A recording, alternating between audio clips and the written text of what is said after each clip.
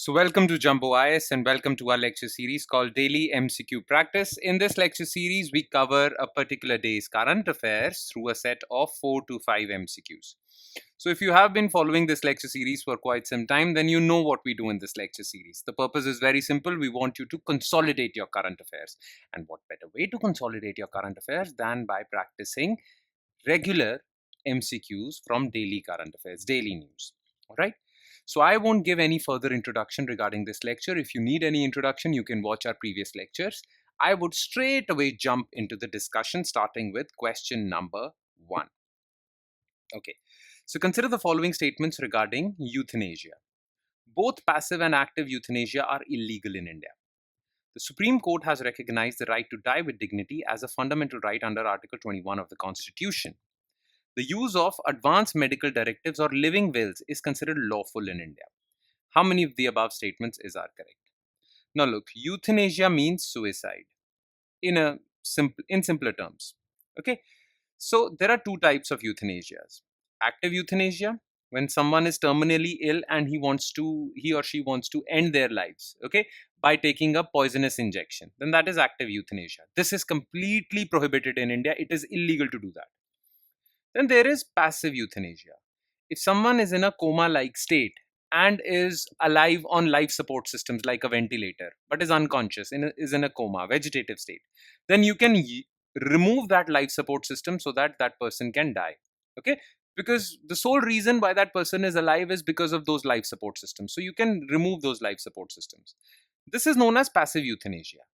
Passive euthanasia became legal in India after Aruna Shanbag case.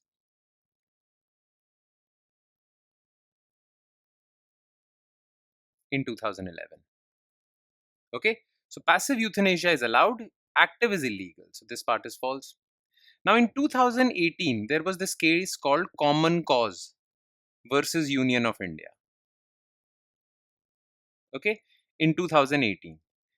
In that, Supreme Court not only reiterated that passive euthanasia is allowed, in fact, Supreme Court actually categorized it under right to die with dignity.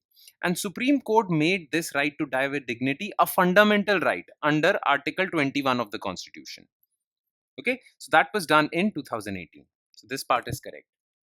Now, for conducting passive euthanasia, you need to take due consent of that person. But how would that person give consent if he or she is in a coma, right?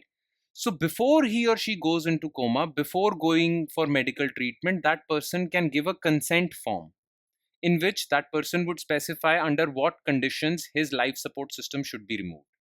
That is known as a living will. And those living wills were also allowed, made legal in 2018. And the procedure to get a living will was simplified in 2023 by Supreme Court itself. So this part is also correct. Only two statements are correct. B. Question number 2. Which of the following statements are correct regarding biodiversity intactness index? It estimates how much of a region's natural biodiversity is still left on average.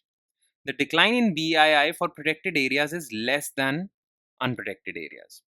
Oil, gas, mining concessions are one of the biggest reasons for declining biodiversity in protected areas. So select the correct option.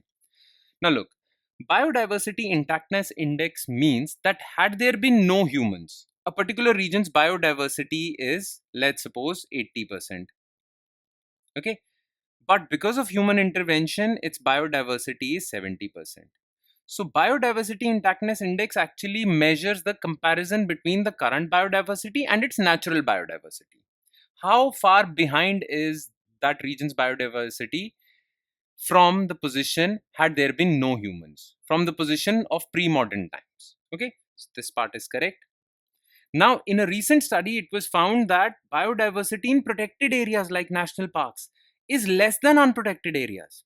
I mean, the decline in BII was steeper, sharper, higher than unprotected areas. That means areas that are being protected by government are seeing more biodiversity decline. Okay, not less, more. So this part is false. And the reason given for that was that some governments are getting careless. They are giving oil mining, gas mining, mining concessions in these protected areas without any care for biodiversity of that region. So this part is correct. 1 and 3.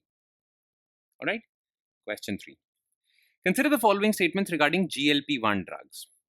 These drugs mimic the action of hormone GLP-1 that is released by gut after eating. These drugs are found to increase a person's appetite as they help in increasing the blood sugar level in blood. Semaglutide is an example of GLP-1 drug and has recently been found to reduce the risk of Alzheimer's disease. Okay. Now look, GLP-1 is a hormone that is released from your gut, by your gut, just after you've had food. Okay. So GLP-1 is a particular drug that is released by your gut as soon as you have food. What happens is, as soon as you have food, blood glucose levels or glucose levels in your blood shoot up. So, as soon as that happens, GLP-1 hormone is released, which facilitates the release of insulin. And insulin actually reduces the glucose levels in your blood and makes you healthy. Fine. Okay. But for some people, this mechanism doesn't work. Okay. Those people are called diabetics. Okay. Now, for diabetics, there are certain medicines prescribed. Some of those medicines are called GLP-1 drugs. GLP-1 drugs are those drugs which actually mimic the function of GLP-1 hormones. So diabetics have high glucose levels. So these drugs actually allow GLP-1 hormone to get released, which allows insulin to get released and blood sugar levels go down. Okay, so this statement is correct. And this statement is false because these drugs are found to increase a person's appetite. No. And they help increasing, no decreasing blood sugar levels. Now, semaglutide is one such example of GLP-1 drug. And it was found that semaglutide is useful for weight loss also. And it also prevents the risk of or reduces the risk of Alzheimer's disease, which is a old age disease when old age people lose memory. Okay. So this part is correct. 1 and 3 only. And last, which of the following statements are correct about Industry 5.0?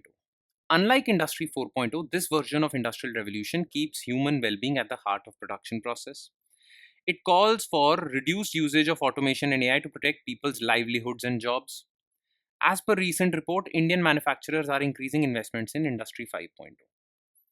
Now look, Industry 4.0, also known as Fourth Industrial Revolution, is the revolution in factories through the use of technologies like AI, Internet of Things, big data,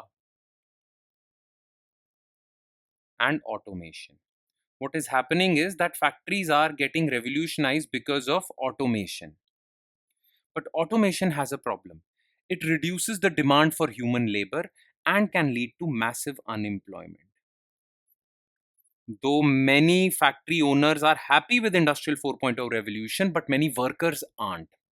Okay, and this is creating social problems. That is why this concept of Industry 5.0 is given, under which these technologies will be used, but they will be used not to replace human labor, but to help human labor. So human labor's welfare would be at the heart of Industry 5.0 without neglecting these technologies.